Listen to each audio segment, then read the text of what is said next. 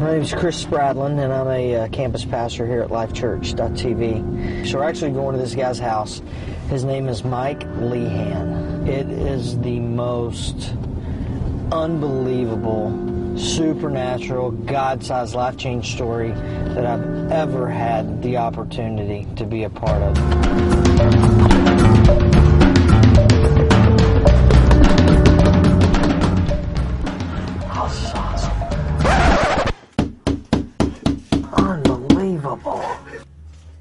This is his house?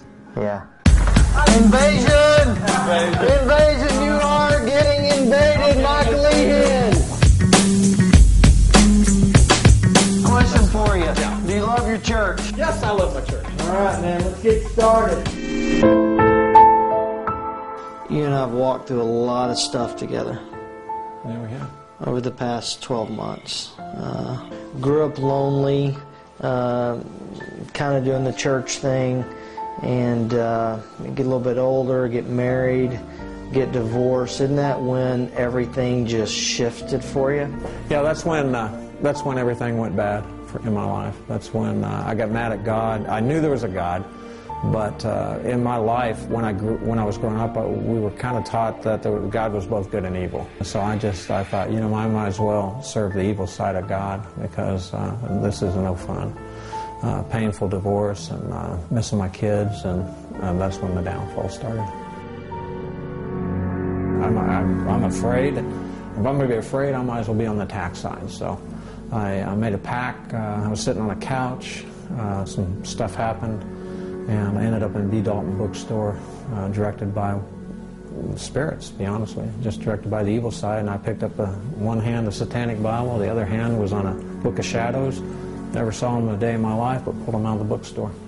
And that started my walk down a dark path. You know, on the dark side, on the satanic side, there's a lot of sacrifice, there's a lot of bloodletting. 1 Kings 18:28 says, "For they cut themselves with knives and lances till the blood flowed."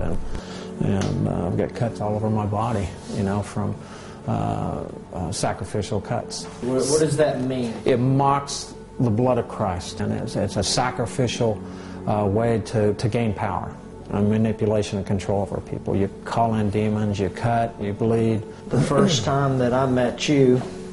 You were asking me if I had weapons on me? About 10 years ago, my daughter was going there, and she loved the church, she loved Craig, and it made me very angry. Well, I was in one of the trance states, and I was, you know, worshiping the devil, or Satan, and I just inherently in my spirit, he says, take this guy out. Okay. And so that means to kill Craig Rochelle? Right. Okay. So it was about midnight one night, and I was still up, and I get a text from Mike Leehan, and it said, "Chris, I can't go on." I brought 3 or 4 guys over. Yeah. We walk in. There's no furniture. Nothing. I've never felt anything like that in my entire life. Total oppression. I was under attack, and I was in between Christianity and Satanism. You took this and you placed it in my hand. Magic bullet. That was it, wasn't it? Yeah, that's it.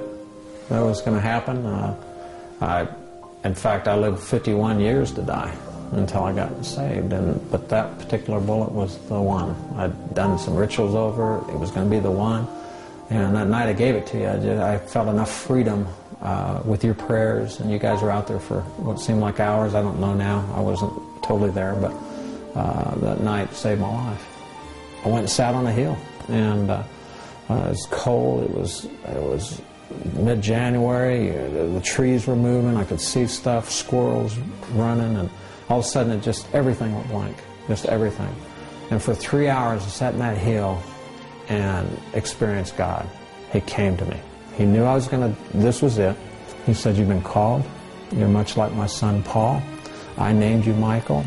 You're a warrior, and I'm calling you out." And he said, "I'm going to call you to the ministry." So I immediately says, "I'll do anything. Lord, I'll do anything." I was on my knees, something. I don't even remember what I was. My feet were wet, my knees were wet. I was just rolling around. I mean, it was just fantastic. I said, I have one thing. If I can, I'll be totally obedient, but one thing. I said, I don't want to be lukewarm. I know what that's like. And he says, son, you've never been lukewarm.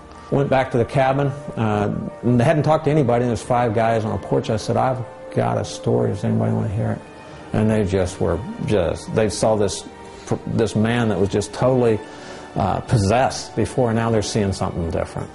I'm saying, Jesus, Lord, and then the Lord says, you need to be baptized. And I looked up and I said, yeah, yes, Lord. Coming out, I saw Jesus. He said, I saved you then, I'm saving you now. And ever since, it's been life instead of death.